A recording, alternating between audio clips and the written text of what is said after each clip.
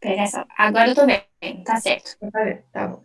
Então, a definição de caso, né? Então, o caso provável de infecção humana, né? Aquele caso suspeito que tem um teste inconclusivo laboratorial, né? Ou que é aquele pan-corona que a gente não está fazendo mais. O caso confirmado é o indivíduo que tem a clínica ou não, mas que tem a confirmação laboratorial para o SARS-CoV, e o caso descartado é aquele caso que se enquadra na definição de suspeito, né? Mas que a gente tem ou confirmação de algum outro agente etiológico, algum outro vírus, etc., né? Ou que a gente tenha um resultado negativo. A gente vai discutir um pouquinho essa questão do resultado negativo, né? Porque nem sempre exclui logo de cara mesmo, né? E o caso excluído, né, é o caso que não se enquadrar nessa definição de caso suspeito. O caso suspeito mudou bastante aí ao longo da linha, né, dos meses, dos dias aí, né? Então, caso suspeito hoje, a partir do momento que a gente tem essa infecção comunitária, né? Então, caso suspeito é uma síndrome gripal. Basicamente é isso. Antes tinha aquela questão de ter contato com ou doente confirmado, ou com quem veio de viagem do exterior, né? Mas hoje, pela disseminação, é síndrome gripal. Até aqui também do Ministério da Saúde, aqui também de um trabalho que publicou as alterações radiográficas, né, iniciais, que a gente pode encontrar, para quem que a gente vai pedir exame de imagem, né? Então, isso é uma questão que todo mundo tem dúvida. É para todo mundo, né? Não, não é para todo mundo que a gente pede exame de imagem. A gente vai pedir principalmente para aqueles que tiver suspeita de acometimento pulmonar, né? Então, quadros leves, não necessariamente a gente precisa pedir, né? Mas quando a gente pede o raio-x de tórax, né? Eles têm geralmente esses infiltrados, esse daqui tá bem trabalhado, mas geralmente é mais frustro, e às vezes os raios-x de tórax, assim, eles são inconclusivos, eles não veem alteração, não é tão bom quanto a tomografia, né? Mas ele até coloca que dos trabalhos que a gente viu, é que 25% dos pacientes com acometimento pulmonar tem acometimento unilateral e 75% bilateral. A tomografia é um método extremamente sensível, então os trabalhos viram que a sensibilidade do teste é 97%, é mais sensível, inclusive, que o PCR, a gente vai falar isso.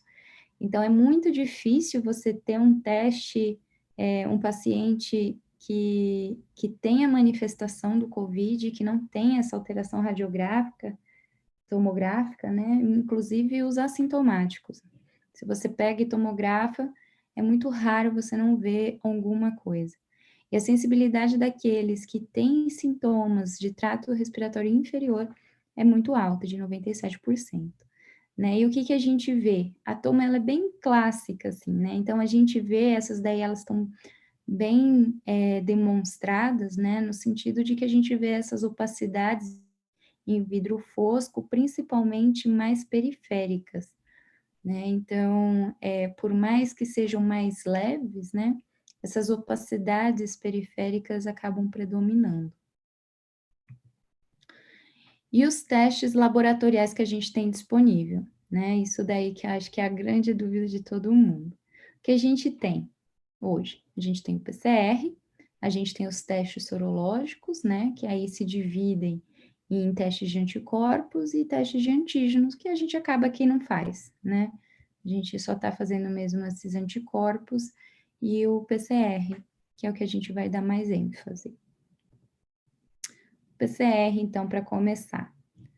O PCR, né, então, ele é um método que utiliza, né, que extrai o RNA do vírus dessas amostras, então você vai coletar pelo aquele swab, né, que eu coloquei a figurinha aí, um cotonete praticamente, né, então você coleta uma amostra de vias respiratórias superiores e com essa amostra você vai conseguir extrair o RNA do vírus, né, vai conseguir fazer toda a metodologia por PCR, que a gente já aprendeu aí na faculdade, né, com a ação da enzima transcriptase reversa, amplificar essas sequências, né, do genoma viral, e com um primer específico, ver se realmente tem essa relação, se positiva, né? Então, é um método que, na verdade, analítico, é muito bom, é extremamente alta a sensibilidade, mas quando a gente discute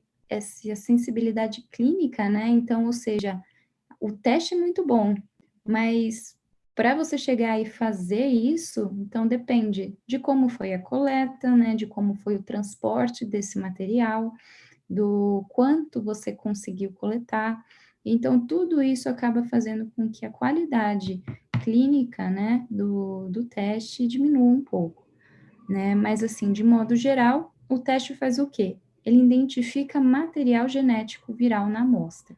Isso não quer dizer necessariamente que seja vírus vivo, né? Então, você pode ter, inclusive, fragmentos de PCR, perdão, de RNA ali só.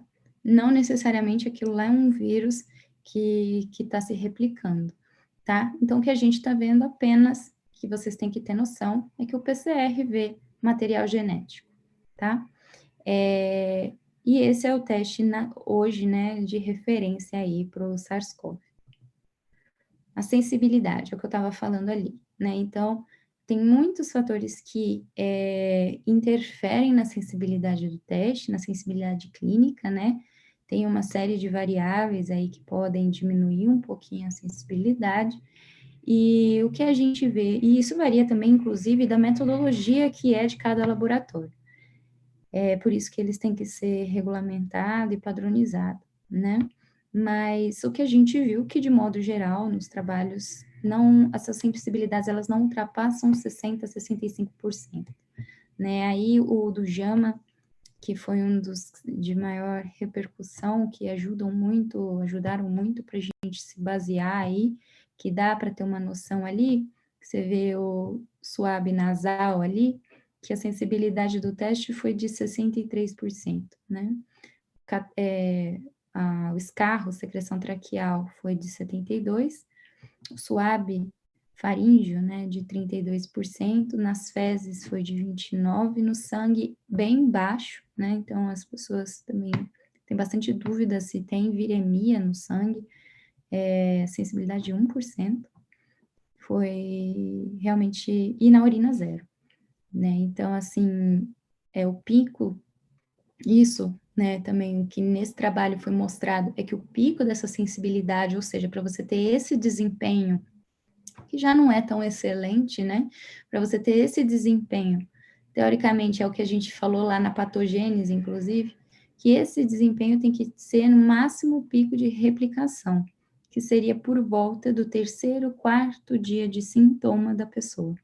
Depois disso, é natural que haja, né, conforme o vírus vai progredindo para o trato respiratório inferior, que ele saia, inclusive, dessa parte do superior, é natural que comece a cair a sensibilidade do teste, porque você já não vai encontrar mais vírus, ou não é para encontrar tanto mais vírus ali. Então, o momento ideal realmente para a coleta é no terceiro, quarto dia de doença. A partir do sétimo dia, a taxa de falso negativo ela é extremamente alta, então não deve ser levado em consideração essa sensibilidade que a gente acabou de falar aqui, tá bom? E os testes sorológicos, né? Os testes sorológicos, eles são testes que têm o objetivo de detectar anticorpos, né? Então, de detectar uma resposta imune contra o vírus, né? O que a gente tem disponível? A gente tem dois tipos. A gente tem um teste rápido, né, que faz por técnica imunocromatográfica ou lateral flow, e aí tem duas modalidades, né, que são os de antígenos, que a gente acaba não fazendo, e os anticorpos. Eu pus o desenho aí do lado, para quem não sabe, o teste rápido, ele realmente parece um testezinho de gravidez. Ele tem essas duas faixinhas, né, uma que é controle e outra que vai positivar se por acaso, realmente a pessoa estiver infectada. A leitura é rápida, ela ocorre em 10, 15 minutos, você só coloca a amostra que você quer no espaço, exatamente como um teste de gravidez. E aí pelo reagente, ele vai conseguir identificar se aquilo tem ou não presença de anticorpo, tá? É um teste rápido, né, então ele é ótimo, porque ele é rápido. Então para assim, pensando em população, isso é ótimo, mas, da mesma forma, ele tem um prejuízo aí na qualidade, né, a sensibilidade dele, não é tão boa, inclusive teve uma grande dificuldade aí da gente incorporar os testes rápidos aqui no Brasil, porque veio um monte da China, e um monte desses tinha umas sensibilidades, assim, absurdas, muito baixas. Então, realmente não é o padrão ouro, né, o que a gente gosta aí de usar, não é o melhor para rastreio geral da população, mas em casos específicos, né, eventuais, ele pode ser utilizado. A sorologia convencional, então, é a que a gente prefere, né, para quem não sabe como é que funciona a sorologia, eu coloquei um resuminho aí, né, então, basicamente o teste ele é composto por um antígeno, né, que pode ser partículas do vírus, enfim, né, um antígeno, com o qual você coloca o soro da pessoa, o sangue, né, teoricamente esse sangue de uma pessoa infectada tem anticorpo, então, quando esse sangue entra em contato com o antígeno deste teste, ele vai se ligar, né? Então, eles vão reagir com esse antígeno. Na sequência, né, a próxima etapa, então, a gente se ligou, beleza, mas e aí? Como é que a gente identifica isso? Como é que a gente sabe que aconteceu isso? Então, a gente coloca um marcador que a gente consegue identificar, né, que é um anti-IgG, um IgA ou IgM, baseado no que você quer ver. E esse anti-IgG, IgA ou IgM vai ser o marcador. E aí, mas não adianta nada. Então, esse marcador ele vai ter que ser capaz de transmitir para a gente algum tipo de sinalização, para a gente saber que teve ligação ali, né? Então, assim, basicamente, bem de maneira simples, né? Se for por cor, né? Esse teste é um teste imunoenzimático, ou seja, é o ELISA, né? Que é medido através de um aparelho que é o espectrofotômetro. Se for por luminescência, né? Por luz, então o teste é de quimiluminescência, tá? Basicamente é isso, todos são feitos com esse mesmo princípio, né, de ligação de antígeno e anticorpo, a identificação desse anticorpo e a sinalização para a gente identificar. Aí aqui as características, então a gente quer saber da qualidade. ELISA igual quimiluminescência, GA, IgM, IgG, como é que funciona? Então aí tá as amostras colhidas com mais de 7 dias. O que que acontece? Também mesma coisa que a gente falou na aula de patogênese, né? Quando é que a gente começa a ter produção de anticorpo, né? Logo que a gente entra em contato com o patógeno, o nosso sistema imune vai ativar, né, que nem a gente viu, várias cascatas. Entre elas é a sinalização, né, para a apresentação desse antígeno para as nossas células. Isso, basicamente, a gente está apto a começar a produzir, começa a aumentar essa quantidade de anticorpo a partir do 7º dia, tá? E começa a ser ascendente, né? A partir do 7º, porém, a partir daí, quanto até mais, né? 14º dia, teoricamente, você tem mais anticorpos. Então, por isso que a gente fala aí que nessas amostras colhidas com mais de 7 dias, né? E aí ele fez até um comparativo com as amostras colhidas com 7 dias ou menos, né? Então, assim, existe essa questão do IgA, por que IgA, né? Isso daí, na verdade, veio de um laboratório alemão que fez, é o único que lançou essa questão do IgA, com a ideia de que talvez, né, por ser uma doença viral de trato respiratório, de mucosa, então ativaria mais IgA, que é o que a gente sabe que está relacionado a mais essa barreira aí, essa imunidade de mucosa. mas no fundo não mudou muito a qualidade do teste, por isso que até os outros, não é em todo laboratório hoje que você vê que acabou adotando esse teste alemão. Mas a sensibilidade desse IgA, né, de 85%, quando você compara aí com o IgM, né, feito por quimiluminescência, é 67%, então realmente o IgA é melhor do que o IgM, né, nesse sentido. E o IgG, na verdade, pela quimiluminescência, está muito semelhante, né, de 82% de sensibilidade pela quimiluminescência, tá? Você vê aí, você consegue enxergar a diferença entre o ELISA e a quimiluminescência, né? Enquanto o ELISA é 40%, quimiluminescência é 82% aí o IgG. Então, é até uma questão para a gente considerar quando a gente vê preço dos testes, né?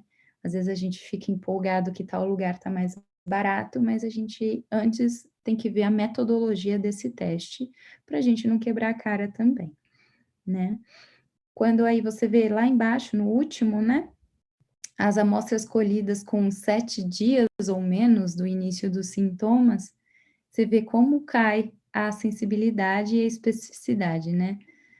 A especificidade se mantém a mesma, mas como cai a sensibilidade, né? Então, ELISA vai para 18%, a quimiluminescência vai para 36%, né? Então, só para reforçar aí que o melhor desempenho é a partir do 7º dia, né? Tanto IgA quanto IgM, que é outra questão que as pessoas perguntam muito. Tudo bem, IgA e IgM marca infecção aguda, né? A gente tem uma tendência a gente considera que isso daí vai negativar com o tempo. Quanto tempo, né? Quanto tempo? Por exemplo, eu vejo um IgM lá, então quer dizer que a minha infecção foi aguda? Não necessariamente, né? Eles podem permanecer positivos por cerca de 3 semanas, tá? Mas, em alguns casos, até por mais tempo. Então, a presença de um IgM fraco, mas positivo, pode acontecer aí, mesmo se você teve, às vezes, mais de um mês de doença, tá bom? E aqui, um resuminho, colocando tudo junto, né? O PCR, então você vê que o PCR é a metodologia melhor, assim, né? Mais adequada para o começo da infecção, quando a gente tem o início dos sintomas, lembra lá, pelo 3º dia, é o melhor momento da coleta do PCR, e progressivamente, com a formação de anticorpos, a gente vai tendo uma predileção pela sorologia, né? Aí a questão do IgM, né, e do IgG, que a tendência é ir aumentando aí ao longo dos dias, com uma queda posterior depois do IgM, depois da infecção aguda. Aqui, para finalizar, realmente é uma aula que eu quis fazer separada, porque eu sei que vai gerar muitas dúvidas, e que é realmente bem conceitual, né? Então, a gente já vai finalizando, mas eu coloquei algumas questões aí frequentes, que geralmente que perguntam bastante, né? Então, primeiro, qual que é a indicação da testagem do PCR? Primeiro, paciente sintomático ou sintomático, certo? Não tem essa de ficar fazendo para paciente assintomático. Várias pessoas questionam, porque entrou em contato com alguém que teve, se então essa pessoa que entrou em contato já deve fazer o teste. Não, porque é o que a gente viu. Lembra? Quando que a positividade é melhor? Quando tem maior replicação, lá pelo 3º dia. Pessoa assintomática não necessariamente está tendo replicação ali, né? Então, e se tiver vírus positivo, não necessariamente isso significa que ela tenha doença, né? Ela simplesmente pode estar na mucosa e a gente desenvolver imunidade antes mesmo disso virar doença. Então, para sintomático, é controverso o significado desse PCR, né? Então, a gente deixa para os pacientes sintomáticos ou oligossintomáticos, preferencialmente a partir do 4º dia, né? Entre o 3º e o 5º dia, ok. Depois disso, começa a cair, né? De novo, lembra? Tinha uma sensibilidade de por volta de 60%. Então, assim, tem uma taxa de falso negativo, mesmo aqueles pacientes que está muito sintomático, que está com anosmia, que nem a gente falou, né, que tem aquela tomo com aquele infiltrado periférico. O que que a gente faz? A gente descarta que era o que estava lá, porque veio negativo? Não, né? A gente tem que ter um bom senso de considerar que desses pacientes, a cada 100 pacientes, 40 pode 100 pacientes positivos, 40 pode vir negativo. É o que a gente viu nesse teste. Então, recomenda-se fazer de novo, né? Retestar. E se é negativo mesmo assim, às vezes a viremia é baixa, né? Às vezes o momento do teste já foi muito,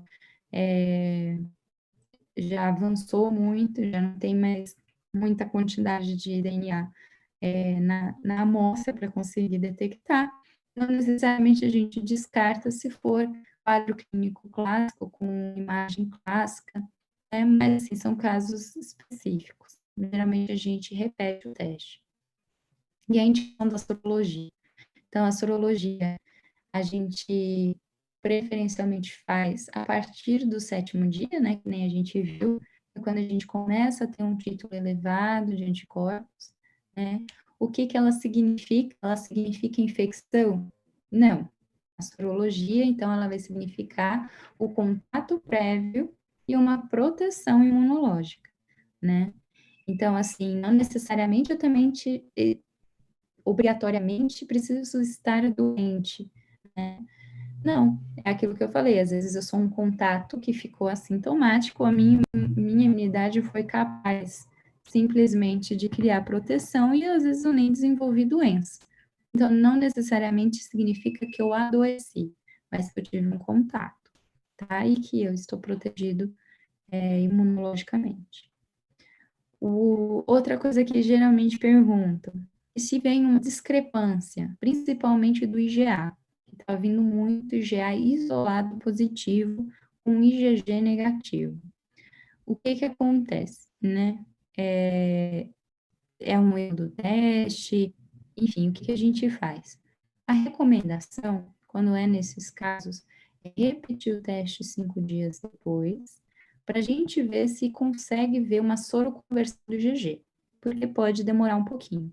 Não demora mais de 5 dias, entendeu? Então, se a gente tem o IgA positivo isolado, repete 5 dias depois, a gente tem que ter IgG positivo. Se isso não acontecer, esse IgA, ele é um falso positivo. E quando que acontece falso positivo? Justamente no momento que a gente está vivendo, que é com a vacinação do influenza. Então, a gente está acreditando muito que isso é uma reatividade cruzada aí com a vacina do influenza que está todo mundo tomando, tá? Não necessariamente, então, teve contato. E o PCR positivo após 14 dias, né? Então, eu fiquei doente, eu positivei, passou 14 dias, eu já nem tô mais sintomático, já estou assintomático, né? E aí eu repito o teste, porque às vezes no trabalho exige, porque eu quero saber, enfim, eu repito o teste e ele vem positivo ainda. Significa que eu ainda estou transmitindo?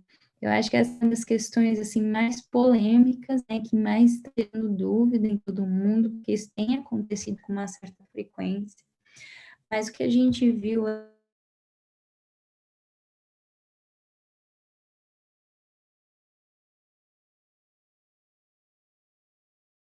publicado na Nature é que ele fez uma análise, né, sequencial do PCR, né, então fez toda uma linha, né, do tempo aí do PCR dessas pessoas e foi coletando, inclusive, fazendo cultura de célula desses vírus. Então, não só fazendo análise do RNA, né, não só fazendo PCR, mas fazendo cultura celular dos vírus. E aí, o que que eles viram nisso, né? Que a partir né, do 8º dia de infecção, mais ou menos, isso de todos os pacientes que eles fizeram, a partir do 8º dia de infecção, apesar do PCR ainda vir positivo, não crescia mais vírus, eles não viram mais vírus. Então, pareceu, né, isso sustentou um pouco a opinião de que esse PCR positivo nada mais é do que o genoma, né, aquilo que eu falei, o fragmento do vírus na mucosa. Não quer dizer vírus vivo viável, né? Então, com esse trabalho, ficou um pouquinho mais claro que isso, que a imunidade ela é protetora, né? E justamente, além do PCR e da cultura celular, eles foram usando a sorologia. Então, coincidiu, a partir do 8º dia de infecção, com o surgimento aí dos anticorpos. Então, além de eles poderem falar com um pouquinho mais de propriedade de que você deixaria de transmitir os casos leves, moderados, né, deixariam de transmitir aí a partir desse 8º, 9º dia de infecção, você, com o desenvolvimento aí dos anticorpos neutralizantes, você também conseguiria garantir que não estaria mais havendo transmissibilidade. Isso pode bater o martelo? Infelizmente ainda não, porque é o que eu falei. O N desse trabalho, se não me engano, foi 10 ou 11. Foi pequeno, porque fazer cultura de células é muito difícil, exige um laboratório com um nível de proteção extremamente alto, não é simples de fazer, não é tranquilo e não é todo lugar que tem esse tipo de estrutura para fazer isso. Então é muito difícil, entendeu? Então não realmente não é possível, não foi possível um N tão grande. Isso é uma desvantagem, mas assim, desses, né, pelo menos todos apresentaram esse resultado, o que já foi muito otimista. A gente está tentando aí ampliar isso um pouco mais, entender um pouco mais essa resposta imunológica também, né? Mas tudo indica que esse PCR persistente positivo não necessariamente está querendo dizer infectividade, tá? Eu acho que basicamente esses pontos aí que eu tinha para passar. E aí eu estou aberta aí se vocês tiverem outras questões, outras dúvidas. Muito obrigada. Doutora, tem uma pergunta da aula passada. Tá. Você está me ouvindo? Ah, tá. Os antihipertensivos e ECAs e BRAS facilitam a ação de invasão celular, já que a fisiopatologia é decorrente de ação sobre os receptores